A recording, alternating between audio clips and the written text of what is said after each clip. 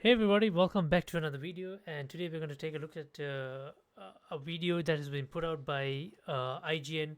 They have like 22 minutes of gameplay with BioWare of the new Dragon Age the Veilguard, which is coming out this October 31st. So we're just gonna take a look at the gameplay a little bit in detail, and yeah, let's see like what else can we what's new in the game. What's up, everybody? All right, before we start, when we first reacted to Dragon Age, the gameplay footage and the overall trailer, I want to like bring this out that we were a bit, at least I was like, a lot of people are, but I also had my fair share of concerns as to the tone of the game.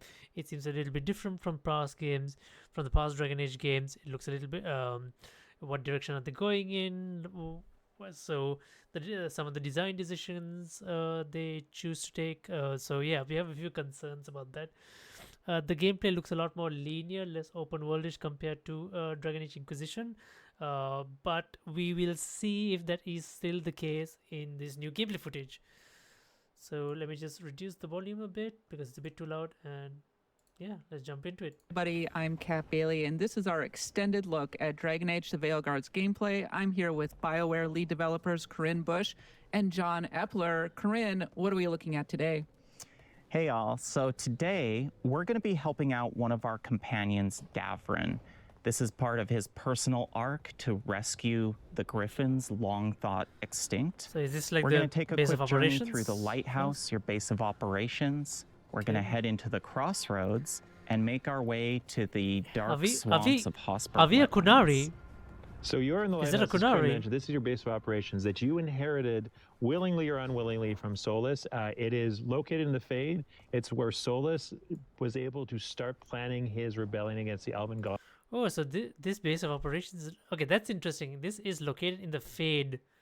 So we are fighting, so I guess we'll be targeting areas basically outside the Fade and then within the Fade as well. Gods millennia ago. Right now, you and your team have occupied it, started to build it, started to shape itself around your personality. As Corinne mentioned, we are going to go talk to Davrin, which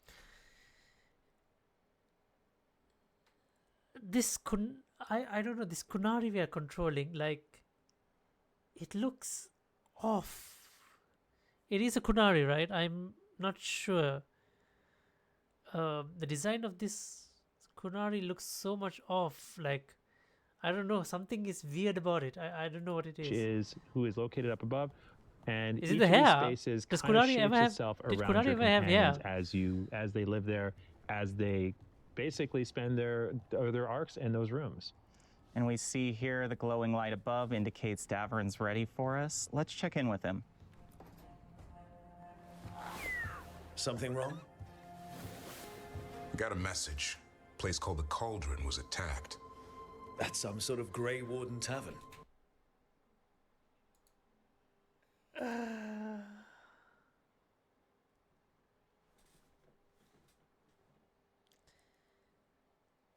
What? Is this what Kunari looks like? In game? Are you sure? Are you serious? I mean, is this literally the design of the Kunari in this game?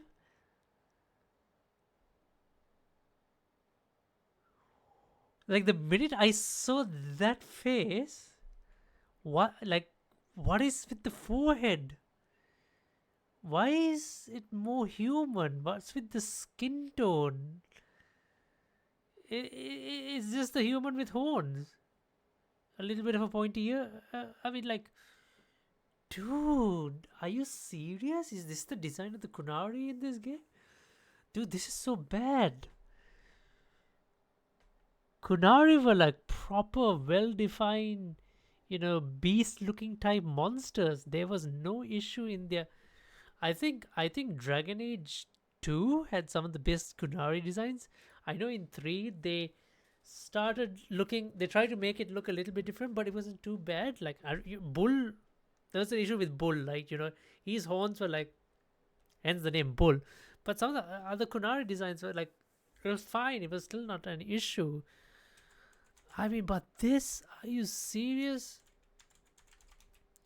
Like, you know, the horns, like they had like four sets of horns, if I remember correctly, like, and they were like well more defined.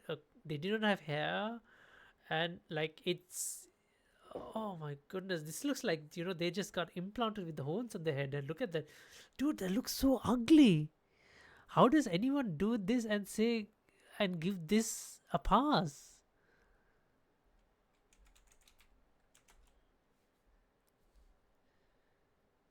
For those of you who can't remember what Kunari looked like,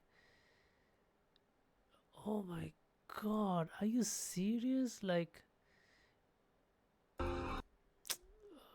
where's a proper image? Here we go. Does anyone remember this?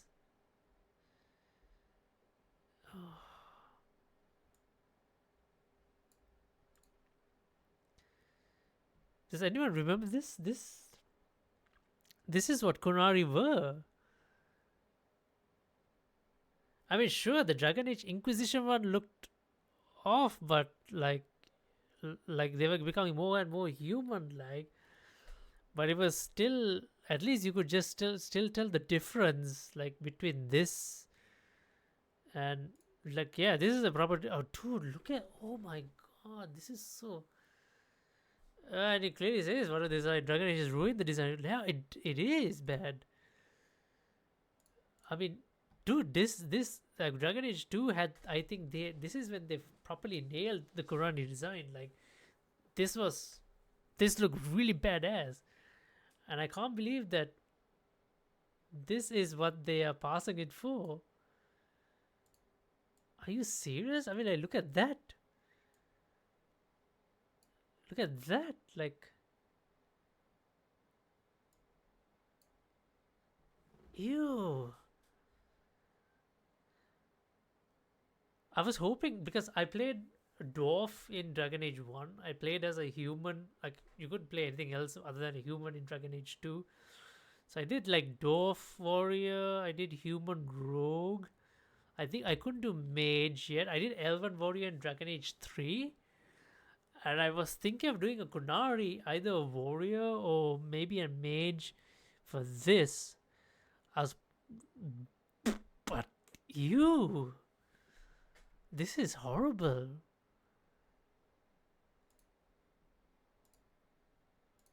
That's some sort of Grey Warden tavern. It's a secret warden readout. No idea what goes on there. Then why are you involved? Dude, that's Because so... whatever attacked it sounds like the For quite some Dude, like, ew, man, this forehead, look at the massive... Oh my god, I'm hoping this is just one of their presets and we can still design our own character, like fine-tune. I'm hoping for like a character creation like we had in Dragon's Dogma. Like, please, I cannot play as a Kunari like this. This is just awful. time, it's kidnapped a bunch of other griffins.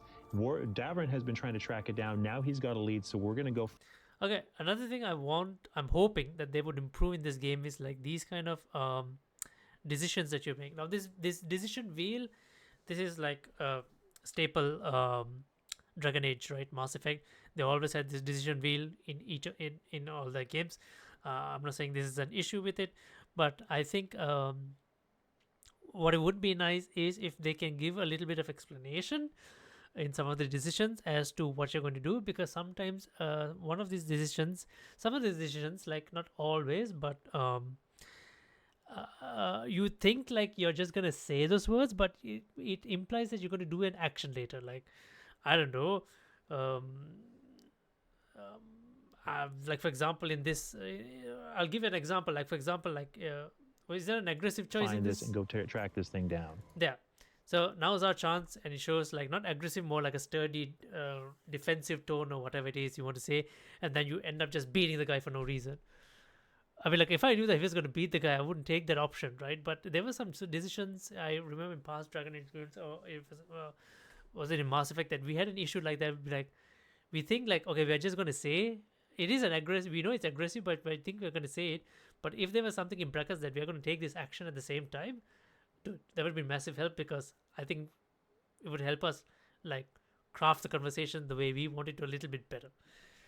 So I hope there's no surprises like that, where if you think you're going to say it and then you end up just beating the guy for no reason. That would be nice. Now, Davrin, he prefers the direct approach. We're going to choose a tough response and see if we can get his approval. Then let's get rid of it. Had the same thought. What's left of the wardens are still licking their wounds. So we handle this alone. Just go to the cauldron and get the griffins back. You have to promise to be me there's a... Adorable? And very importantly, I know this is a question on everyone's mind. Yes, you can pet Asan. Well, thank you. And you're going against enemies. Let's just skip all You this. see Asan swoop down, especially if it triggers a combo between your... The lights on ahead of us, we're allowing you to travel across Thedas in a matter of minutes. But at this point, the crossroads are under assault by the other elven gods. It's a dangerous place, and we are going to be in for a bit of a fight. And this Illuvian, the Vira Voss, is the central focus point of the lighthouse. This is going to take us to Solus's pocket area of the crossroads, and it might look a little bit different from what you've seen in Trespasser. Can you tell us a little bit about the role that the crossroads plays in the Oh, so this was the same area in the Trespasser DLC in Dragon Age Inquisition. structure and the gameplay? Yeah, so the crossroads is, again, it's the area that you spend a lot of time traveling through as you go from area to area. It's also a space that has, at one point, served as Solus's main base of operations and training ground for his rebellion against the Elven gods. So as you go through it, you're going to find fragments of the past, the things that Solus had done previously that are going to give you a bit of insight into Solus as a character, but also into the Elven gods and their motivations. Some of my favorite content that you'll find if you go exploring in the crossroads is these opportunities to actually relive some of the memories Solus had during his rebellion. You actually get to take part in this ancient rebellion. And here we have the caretaker, a mysterious spirit that was actually here before Solus was and started to help Solus with his rebellion, but also to turn this into a safe haven for spirits.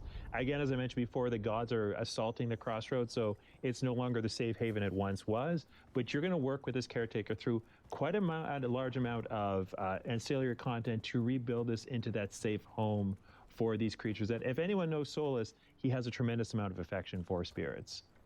I mean, it's looking like the same amount All of right, open world. now we're going to get into combat here, and Inquisition, this time right? we're playing as a mage. Now, mage is one of my favorite classes to play. It's primarily a ranged attacker, and when we're surrounded by swarming darkspawn, I really have to use a variety of strategies to control the battlefield. I'm going to use my heavy charged attacks to knock down these ghouls, get them out of the way, and of course, darkspawn are vulnerable to fire. So we made sure to equip our fire staff, have our fire abilities on hand. You may notice something about the Darkspawn too, is that they look a little bit different. It's like a combo wheel. You can combo off each of your allies. So you can like equip 2 allies in your party instead of 4. Instead of a total of 4, you have like 2. So it's just 1 less ally compared to Inquisition. I wonder what's the reason for them to go with this decision. They have previously, and part of that is because Gillenane, who has always been focused on using the Blight as essentially a crafting material, a way to alter life itself, has been enhancing and changing these Darkspawn as part of her army. Corinne, I noticed that you were doing a combo opportunity. Can you tell us a little bit more about how the role that plays in the actual combat? Yes, so the combat system in this game, the deep strategy behind it is really to manage the various abilities your companions and Rook have in concert. So in this case, Harding has a combo opportunity with Shred. It's going to apply the Sundered effect and deal a high amount of stagger. Now you'll notice I can combo that with Rook's ability Spirit Bomb. That's going to cause a detonation combo. So Again, one of the things you'll notice about the terrain here is it's very snowy, very mountainous. The Crossroads is a realm that reflects the waking world. In this case, it's an amalgamation of all the real world spaces that are tied to it. In the case, we've got Hosberg, we've got other mountainous regions. So it's kind of this mix of the swamp.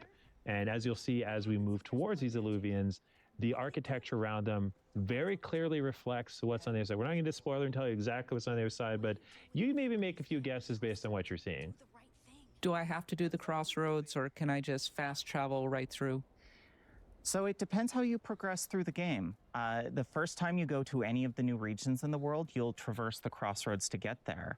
Subsequent times, we of course support fast travel, but it behooves you to actually go back and explore the crossroads as some of the deepest secrets lie within. So now you're in Hosberg Wetland. It's an area that has been almost completely consumed by the blight. The Grey Wardens have set up an outpost here. Again, if you know anything about the Grey Wardens, they fight the blight anywhere they see it. And they're noticing something strange is going on here. The blight is not behaving as they expect it to and as it historically has. So they've set up shop in this place called Lavendel, and you are here to work with them, help them out, and help them find an answer to the questions about the blight that they're asking.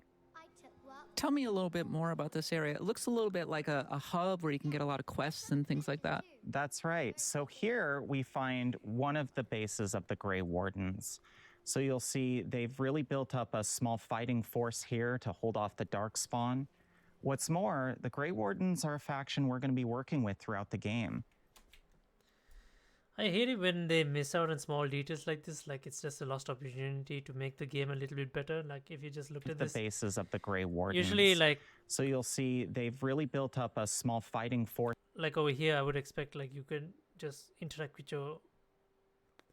If you run into your companions, you would interact with them, like shrug them, push them off. But here to hold just off run the right through them. Darkspawn. What's more, the Grey Wardens are a faction we're going to be working with throughout the game. We've got Holden, one of the Grey Warden quartermasters.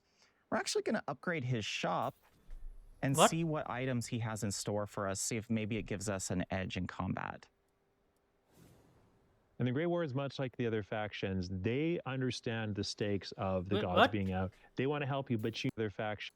Upgrade his shop. But why? What? Rank up merchants and unlock new items. 500 gold, 50 whatever stone, 500 whatever these things. What? Oh my goodness. What is this mechanic? Like, why would I want to upgrade shops? Like, why would that doesn't make any sense. This is a dumb mechanic. Like, you never need to spend resources to upgrade a merchant.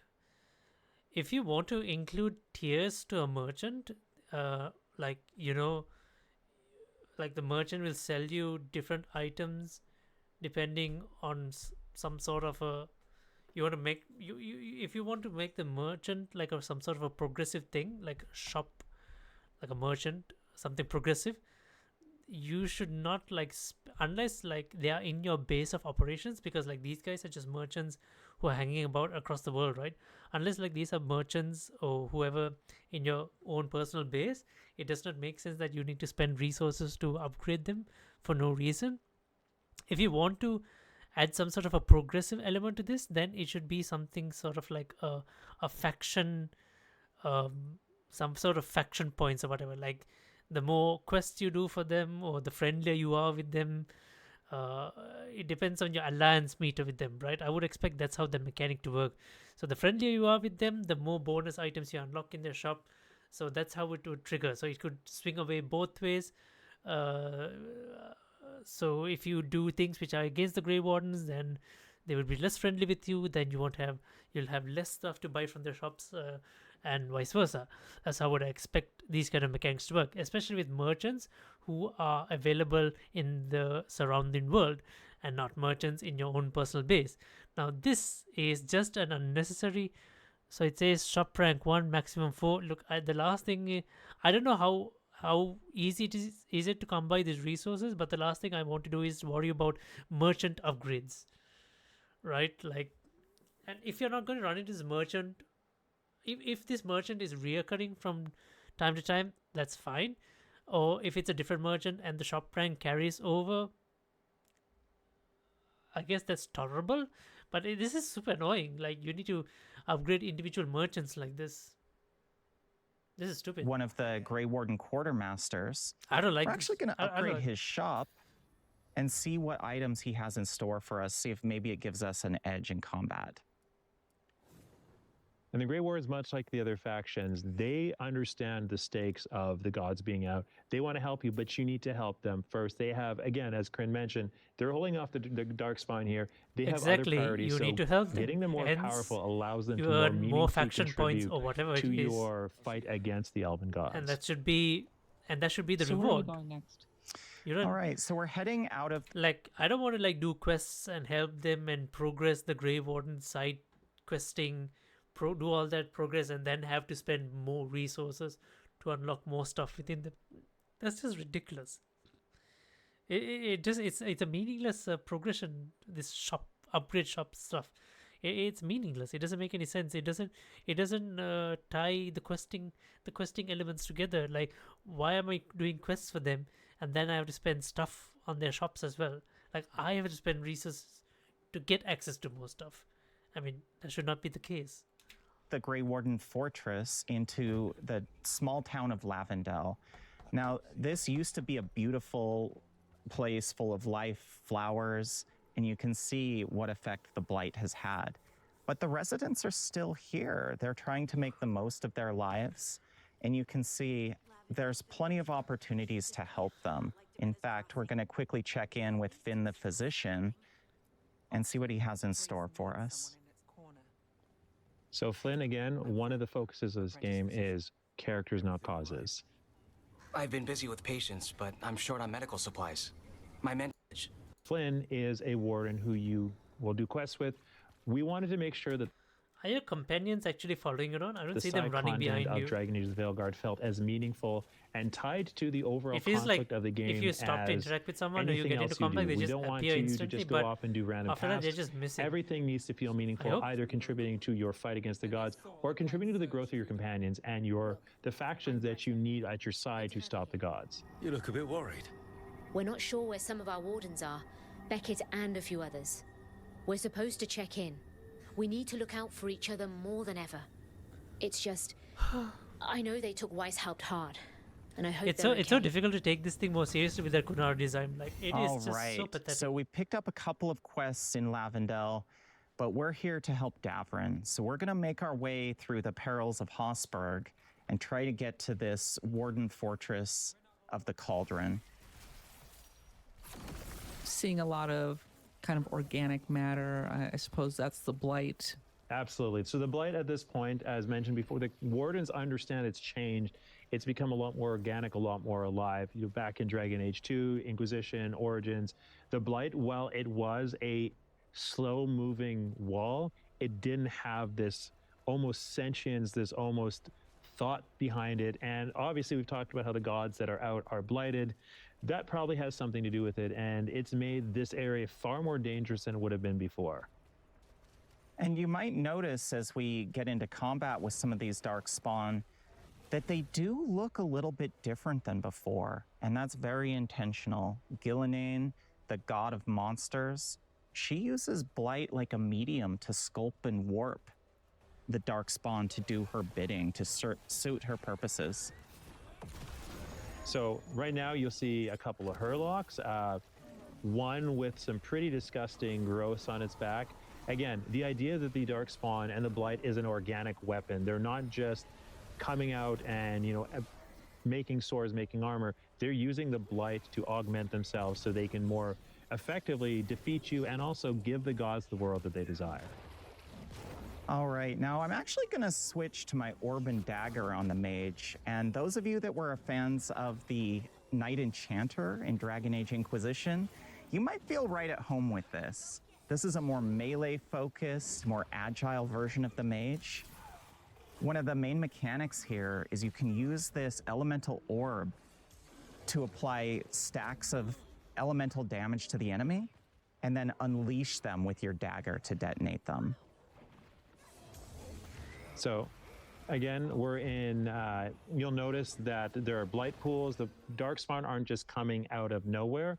The blight is spawning them. Again, part of Gillian's attempt to turn this into an army for the gods is to use these darkspawn, not just, again, whereas you have the Venatori and the Antam, one case representing magical power, in the other case representing physical strength, the darkspawn are representing overwhelming force. That was a pretty clutch heal a little earlier, by the way. You know, we've talked at length before that our fans have asked us, where is the healing magic? Can you bring it back? And Nev in this game, happy to oblige with a kit of healing spells. Is she like the only healer So you can one get? of the interesting things that I love about I our mean, we also companions mage. is Can't each we of be a them, healer as well? their abilities, the way that they're built, they're very thematically appropriate to the character. They're very focused on making sure that the gameplay and the narrative are as closely aligned as possible. In the case of Nev versus Vlar versus Amrik, our mages, each of them has a healing ability that is thematically appropriate to them. It makes sense when you know them as a character. Watching you play, I'm struck by sort of the size and the scope of this particular area. It seems like there's a lot of exploration that I can be doing right here. That was really one of our goals with these areas. Of course, we are a mission-based game, but we really emphasize player autonomy. You can revisit these spaces. They're full of secrets, puzzles, some pretty incredible bosses and treasure. And of course, as we saw earlier in Lavendel, some really narratively rich side quests. One thing that's interesting is you'll find we're going on a quest for Davrin, but Davrin is not currently in our party. That's because Davrin has gone ahead of us and is waiting for us at the Cauldron. This is, again, we want the followers, the companions, to feel like they have autonomy, and while they won't complete the quest on their own, they will go ahead and get things ready. So when you get there, you can have you talk to them, you'll have a conversation with them, and it feels like they are as invested in the success of their journey, their stories, as you are. This looks like a pretty contiguous zone, is that right? It is, yes. So it's full of branching paths, different areas to explore. And what I love is the more content you do in the area, the more shortcuts you're going to discover. You're really going to have a lot more flexibility in how you navigate between your remaining missions. A lot of and people are quests. saying like the Well, I think game something does not really have interesting, too, enough about the way open that our worldness, team but I has think the built these branching in the spaces linear is sections there's are the idea of each fine. space has its own It story. looks like to I mean like tell, the area and looks a little bit while big those enough quests, to you know, we talked do earlier about different those quests and side quests being to discover different narratively areas. I mean, like it looks narratively fine. relevant. They also seems like contribute to that. I more mean, of a like, I meta don't seem narrative, to- meta story about the I space can't seem to itself. find an So in the case issue of Hosper, we talked about how in this what is it an area looks like surrounded now. by blight, and you're kind of getting to the center of what exactly is going on in Hosberg and Lavendel, and these quests that you do and the content Corinne is currently engaged in helps to tell that story.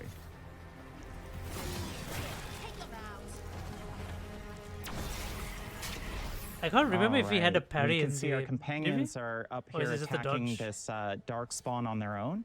Let's give them a quick hand.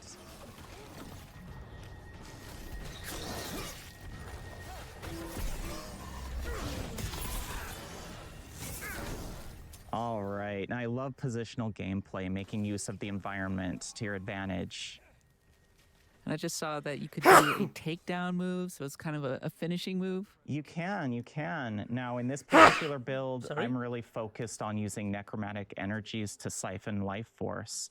But if I, for instance, wanted to go the stagger route, I could go a full takedown build if I like. It's a really powerful, heavy-hitting style of gameplay. All right, so you'll notice Davrin is waiting for us, so let's see what he has to say.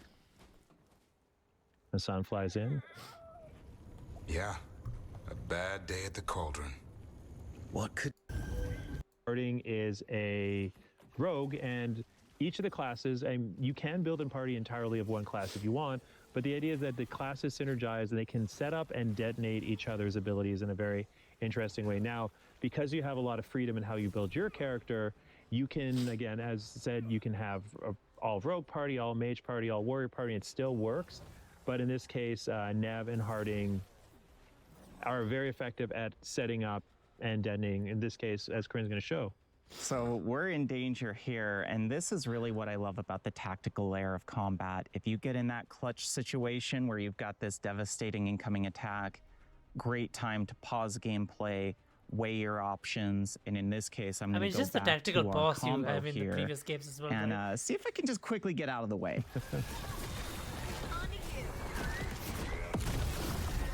All right.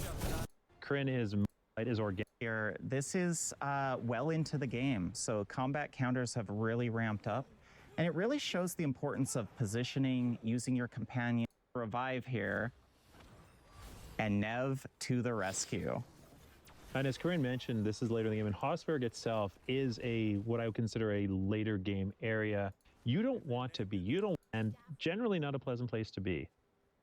Well, we'll be able to explore more of the IGN for what's great about games and RPGs. Keep it locked on IGN. Okay, okay,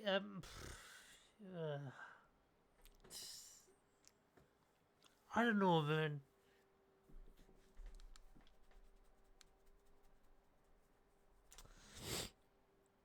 I mean, exploration seems okay. The combat seems a little bit.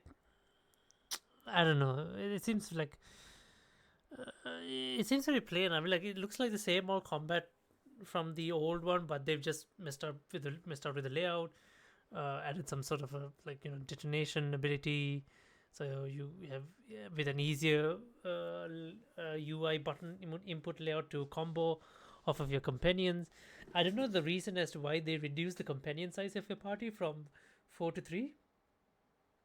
Sorry, from 3 to 2. I mean, like including yourself, it's like 4 to 3 total. So I don't know why did they do that. I'm not sure of the reason. Yeah, the overall tone of the story is, I don't know, it's like it's difficult to take it serious as well. But we'll just put that aside. But I think the main issue is their design in the characters. Like, oh man, like I don't know what are they doing with this game. I don't know if I feel like I want to play that. I mean, like I'm really like a Dragon Age, like a, I played all the Dragon Ages, right? So I'm really interested in the story, but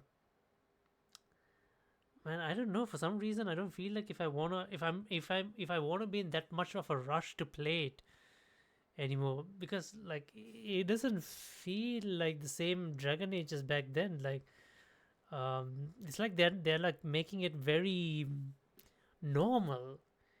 Like whatever made it Dragon Age is no longer there. It's just very normal. Like starting with this Kunari design, which is just a massive, to me, like massive issue, because this is not what Kunari is like. Like, why did they change it? Like, why did they try and fix it? It was not broken. There was an issue. I don't know if people complain about the Kunari designs, but there was no issue with the Kunari.